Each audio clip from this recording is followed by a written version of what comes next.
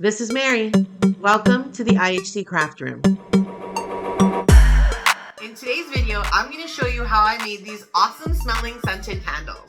I'm still a new candle maker and I'm definitely on a learning journey. So I'm excited to share that I have a 5% coupon for all of my viewers. Head on over to Village Craft and Candle using the link below and you can use code IHC5 for 5% off of your entire purchase.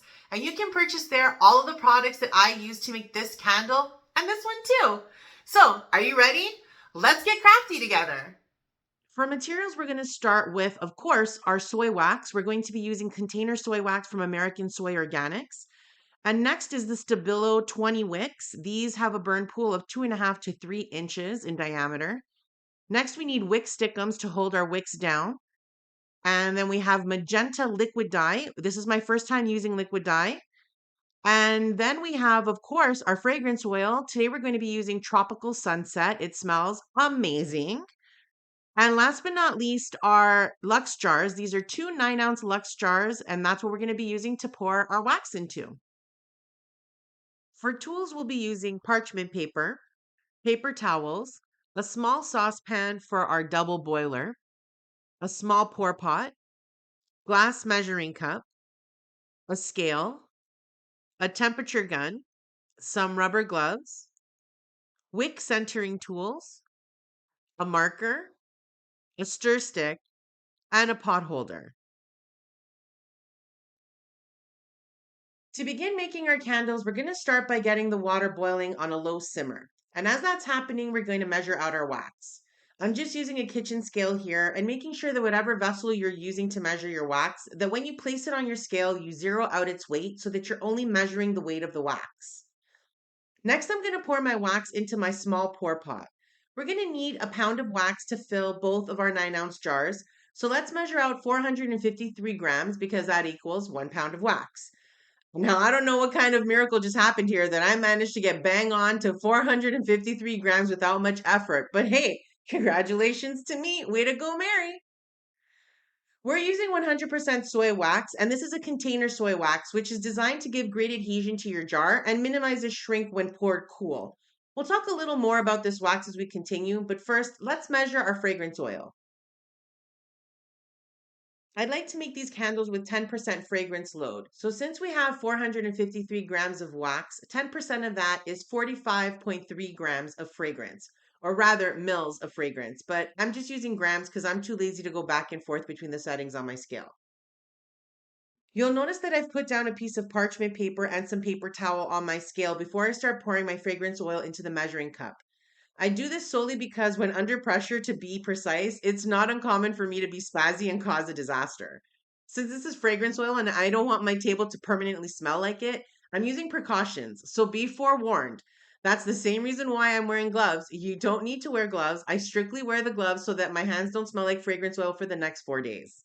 So it turns out my precautions were needed. As you can see, I managed to pour quite a bit of fragrance oil onto the paper towel and parchment paper, and I'm going to spend the next 45 minutes trying to wipe off this bottle to make sure that there's no stray fragrance oil anywhere because, trust me, I do not want this on my hands for the next 17 years. So I'm not being dramatic, by the way. 17 years. That's how long it'll stay on your hands. So again, be forewarned. Moving on. Before we get started prepping these vessels, I want to draw your attention over to the wax in the corner over here that's partying and hopping along and just melting itself into a pretty little puddle of wax. I am not stirring it. I am leaving it to it. It knows what it's doing. Okay, now that we have everything measured out, let's focus on getting our vessels ready. So the first thing I'm going to do is flip my vessels over and use a magic marker to make a little dot at the center of the base. I do this because I am not good at eyeballing it. And when I'm under pressure to put my wick in the right place, I have on more than one occasion put it slightly off center, and that is no bueno. So I learned the easiest way for me personally is to flip the vessel over, find the center, put a little dot there, and then use that as a guideline going forward. So that's what we're going to do. Next, I'm going to prepare my wicks. As I mentioned, these are Stabilo Wick 20s. That means they have a burn pool of 2.5 to 3 inches, which is the perfect size for this size of vessel. So I'm going to wipe off the bottom of the wick on my hand a little bit and then stick it to the Wick Stickum. Wick Stickums are an awesome, awesome tool. You could absolutely use a hot glue gun or something else to adhere your wick to the base of your vessel. But why make your life complicated?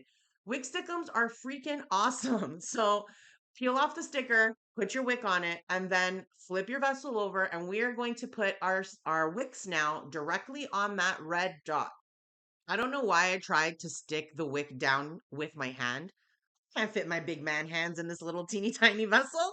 So I am going to actually use my wood stir stick to push the wick stickum down to the base of the vessel.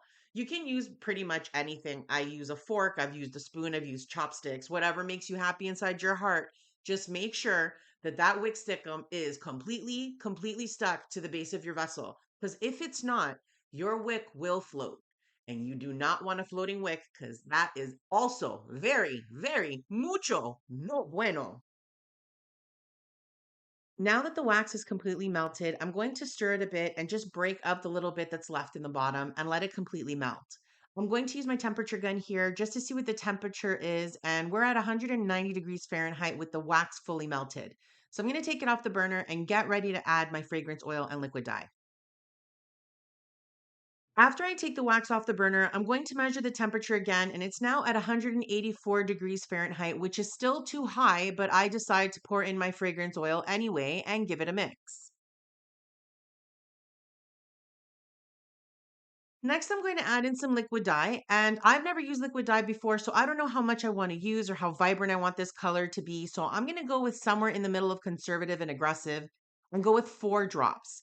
And that gives me a rich, vibrant fuchsia so far. We'll see what the end product looks like. It's important to mix everything together, but not over stir. Try to find the balance between those two extremes because you do want everything very well incorporated, but too much stirring will add additional air and bubbles to your wax, which we definitely don't want.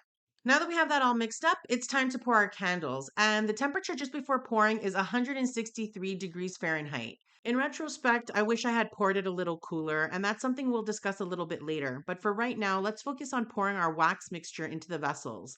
This combo of wax and fragrance oils fills these vessels nearly to the tippy top, so be careful.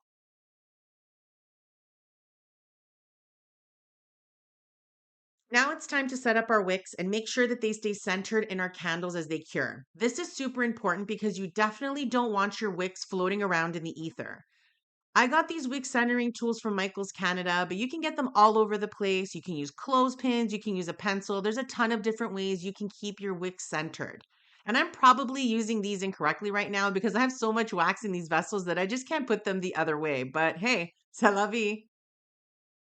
I'm making sure to really give the wicks a bit of a tug and pull them slightly to the side so that they're really wedged into the little holes on the wick centering tool.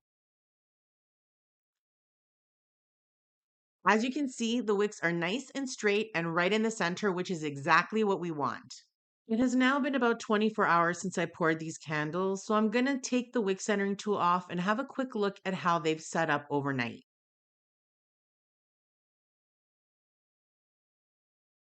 At this point, it's been a few days since these candles were poured, so let's take a moment to look them over and see where we can stand a little bit of improvement on our next round of candles. So the first things to note are things that are specific to soy wax. Since I didn't mix this wax with any other type of wax, nor did I add a soy modifier, we're working with pure soy wax, which means there's going to be some bumping and rough texture on the tops. This is pretty common with soy wax. As I mentioned earlier, however, I did pour this wax way too hot. And because of that, I'm having way more of a textured and bumpy finish to my tops than I might have had I poured this at a cooler temperature.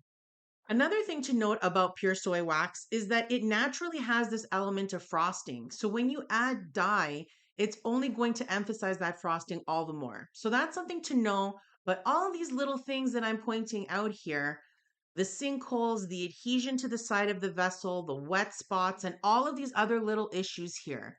The first and most important thing to note is that these aesthetic imperfections will not and do not impact the way this candle burns and smells. It's still going to be an awesome smelling candle. It's just not so pretty right now. But since I don't sell my candles and I generally use them for my own use or give them to family and friends, I'm not overly concerned with the way my candle looks. Having said that, though, I know that I am not the norm. A lot of people do like to sell their candles or give them away and care that they look pretty. So, in the coming weeks, as we do more experiments with candle making, I'm going to show you some tips and tricks that I've been picking up during my research and learning in how to make candles. And we're going to continue on this journey together to make sure that our candles get to be as beautiful and amazing smelling as possible. Thank you for joining me on this fuchsia colored tropical scented candle making adventure. Say that 3 times fast. I hope you enjoyed this tutorial from a beginner candle maker. Share your thoughts in the comments and remember to subscribe for more fun projects as we continue to get crafty together. Toodaloo!